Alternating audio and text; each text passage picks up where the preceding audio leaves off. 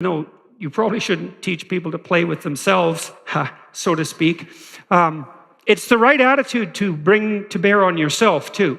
And that's a hard thing to do. Like we tend to think that most people, if we're cynical, we think, well, people are rather selfish. They're self-centered. They only want what's good for themselves. It's like, first of all, that's actually not true.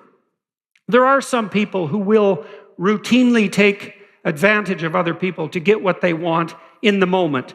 But that's pretty rare. In its extreme forms, which would be psychopathy, let's say, in its extreme forms, it's never more than about 3% of people.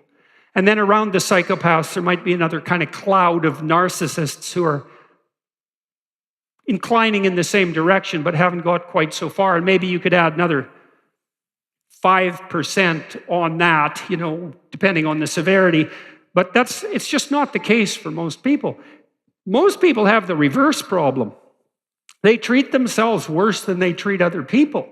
And why? Well, why would you do that? Well, maybe you treat other people not so well because you think they deserve it. And why would you think that? Well, because things about them aren't as good as they could be. And that they've made mistakes. They've walked off the pathway. They've done things they shouldn't have done. And so you don't treat them as well as you might otherwise.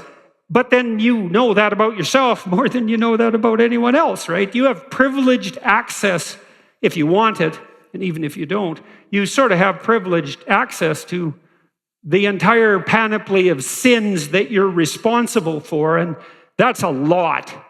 And most people bear a pretty damn heavy burden of existential guilt.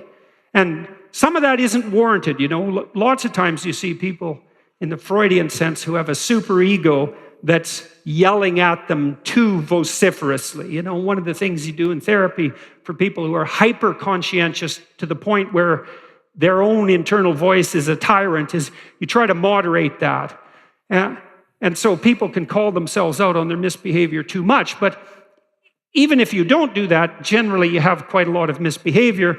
And as a consequence of that, you're ashamed and uncertain about your own value. And so then you don't think you really deserve to be treated very well. And so then you don't. And one of the things you do as a psychotherapist is, a lot of what I did, for example, people sometimes would fall into a situation where they were being terribly accused of some misbehavior by maybe in a divorce case or maybe at work, and I would help them mount a defense for themselves. It's like, we have the presumption of innocence, right? Which is a complete bloody miracle, that presumption. It's such a miracle that our legal system actually starts from that perspective, because it'd be so much easier just to say, you're accused of something? Hell, there's 20 million people in the vicinity. We don't need you. Maybe you're guilty. Off with your head. That's way simpler than, despite the fact that 40 people are coming after you with accusations, we have to assume you're innocent. God. And it's very hard to do that for yourself, to mount a defense. And one of the things I used to have my clients do, if